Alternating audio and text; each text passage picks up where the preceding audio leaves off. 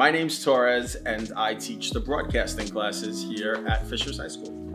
Originally, I don't know what the show was called before I started teaching these classes, but it was just an announcement show. People would submit announcements, and they would read the announcements. My name's Mike Adair. I do video production work for the 340, and I have for 3 years now.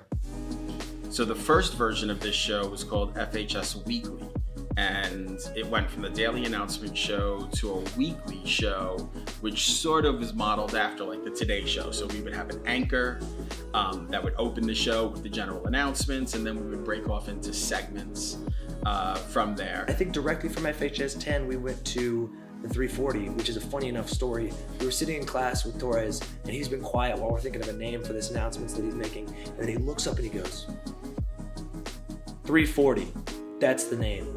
3 minutes and 40 seconds every day. And then here we are 2 years later, season 4 of 340 still airing. And I think it's grown beautifully.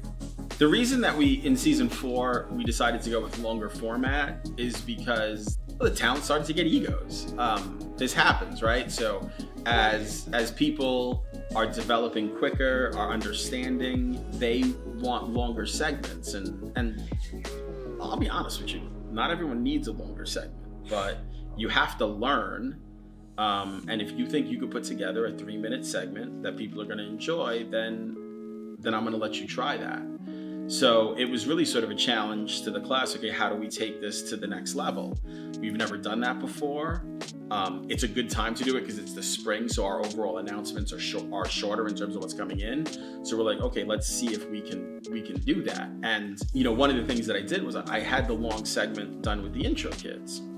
So my main role actually is in this very room that we sit in. This is what we call our studio. My official title is the studio manager. So I keep things neat in here. I move the lights around. I move cameras to where people need to film. Every segment you see that is in an area like this, or like Chicks and Flicks, which is on that charcoal background, or anything with green screen, I make sure that the camera's in the right place. I put the lights in the right place. We have these awesome overhead light rigs, and then we have 2 individual lights that I can move around to adjust to whatever shot we need. And we have overhead lights, which is on this big circuit board that I control from a board in the corner.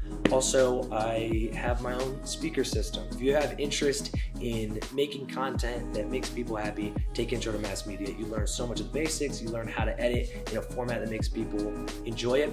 My thing is I was an actor. For my first years of doing media, I was an actor. I was in screen, I was reading scripts, I was what we call a talking head. And so I didn't have any previous help getting into media. So if you want to get into a media class where you can understand what's going on and keep up with the curriculum, take the introductory class, because then you will have a baseline walking into what you're doing.